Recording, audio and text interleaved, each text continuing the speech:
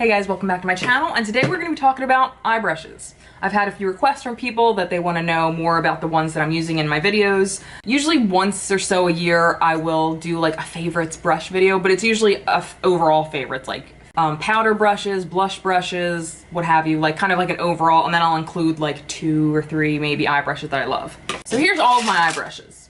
And then I have these brushes, there's 12 of them. If these 2 buckets died, these are the ones that I would repurchase. So I'm basically gonna start off by showing you in order what brush I use on my eyes. And from now on, when I do a tutorial and I do the speed through, I will list the brush that I'm using at the time that I'm using it. So you'll know what brush goes where. But this, I'm just gonna talk through why I like these brushes and vaguely how I use them. All right, so the very first one is by Profusion. It's a double-ended brush. It has a crease brush on one side and a flat kind of packing brush on the other. This is the first brush I use. And P.S., this actually came in the Siennas palette. This was a $10 palette and this came with it. And this is an amazing brush. It's very well made. I'm floored by it. And P.S. this is actually in my end of the year giveaway, so make sure you stay tuned so you find out what else will be in the giveaway. So this is the very first brush that I use. It's for the lightest transition shade that I use right under my eyebrow. It's very soft, it works really nice. This is good for packing. I don't use this side as much, but this side, I mean, has been very well loved so far. All right, the next 2 brushes are similar, but just their heights are slightly different. So these are, this one is the Morphe 332, and this is the Sigma Buff and Blend E39. As you can see, they're very similar, they're tightly packed, they're a bit shorter, so this is going to ensure more pigment is going to end up on your eyes. All right, the next is another kind of crease blending brush. This is the Tapered Blending Brush by Luxie, and it's the 229. So this is more of a small kind of blending brush. This will be, once the colors get deeper, this is what I will use to start that deeper line. This I'm just kind of throwing in there because I kind of use this throughout my application. So this is the Morphe E30 brush. I've mentioned this actually in a favorite video now and again.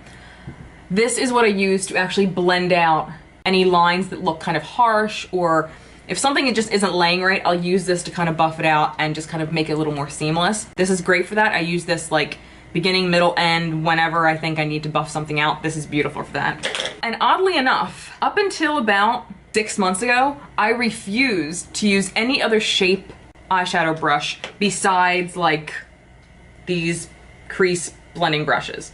I wouldn't use anything else. I had all of these, but they're all these kind of blending brushes for the crease. And then, I don't even know how the hell I started using it. Started using other shapes, but then I got into, these are like flat shader brushes, I guess you could call them.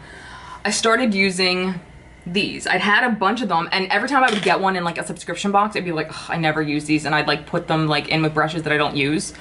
And then one day I don't know who I was watching. If I was watching like Nikki tutorials or someone, and they busted out some of these shape brushes, and they always use them, but for some reason one of these videos was like, oh my god, I have to use these. I have a bunch of them.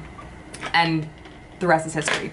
So the 2 that I love the most for once I get to like my inner crease, like right where my bone kind of goes in and my crease is right there, these are my 2 favorite. I would literally die without these. I have a Sigma E25 and a ColourPop brush that has no name. I think I got this free like for my birthday or they were having some promotion. But they're both kind of flat like this, and then you twist them to the side and they're thin and flat. I actually thought this was Luxie for the longest time because it looks exactly like a Luxie brush. But anyway, these are what I use for my crease. These are my crease brushes. I can't live without them. They're amazing. This one is a little more densely packed and a little like scratchier, I guess you could say, which doesn't sound good on your eye, but you obviously when you put shadow on, you use a very, very light hand. And this is crazy soft, this ColourPop one. I'm not even sure they actually sell this, but if they do, I'll let you know. These are for the inner darkest shades that I go in with. Now, when I actually pack color on my eyelid, if you've seen any of my videos before, you know that I literally just use my fingers. That's usually where the darkest shades that go. I feel like I get the most payoff from them, and then I'll go in with one of the other brushes and kind of blend my crease again to make sure like everything goes together. So anything packed on my lid is used with my finger. Once in a blue moon, I'll use something small like this with a BH Cosmetics number 9 brush. It's fine, like I will spray a little bit with Fix Plus. I'll go in with like a foiled shade and I'll kind of tap it, but I don't think anything works as good as your finger in my opinion. But if you need a brush, this is a kind of brush that works quite well. All right, then I will go in with this Morphe B83 brush, kind of a short little flat shading brush. And this I will use to go right under my brow with whatever highlight light shade that I'm using. Works great. Now, when I go in for my inner corner highlight or whatever I'm putting in the inner corner, I always use one of these. And this doesn't even have a name because these kind of brushes come with everything. These are the brushes that we always throw out. Well, I don't throw these out anymore. This is always what I use for my inner corner because my inner corner is a little too small to fit my finger like delicately. So I always use one of these kind of little sponge tip applicators. So the last three brushes are what I use to smoke out my lower lash line. I do this every time I wear makeup. I remember looking back at pictures and like videos from like high school when like I sparingly wore makeup, like when I was just starting to use it and I didn't know what the hell I was doing with it. I'd use literally just eyeliner, foundation, and like lipstick. It was horrific. If I do my makeup, I have to smoke out the lower lash line. It's a must. So these are what I use. The first thing I go in with the lightest shade or the first like transition shade underneath is pretty much is the bulk of the color.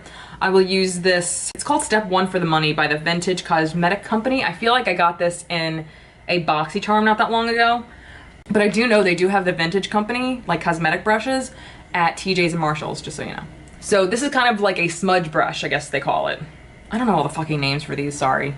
This is what I would first use to start smudging out the lower lash line. Then I would go in with a deeper shade to kind of darken or deepen the outer corner. And I go in with my Bdellium Tools 777 Shadow Brush. These brushes are amazing. I have about 5 different ones of these and they're fantastic.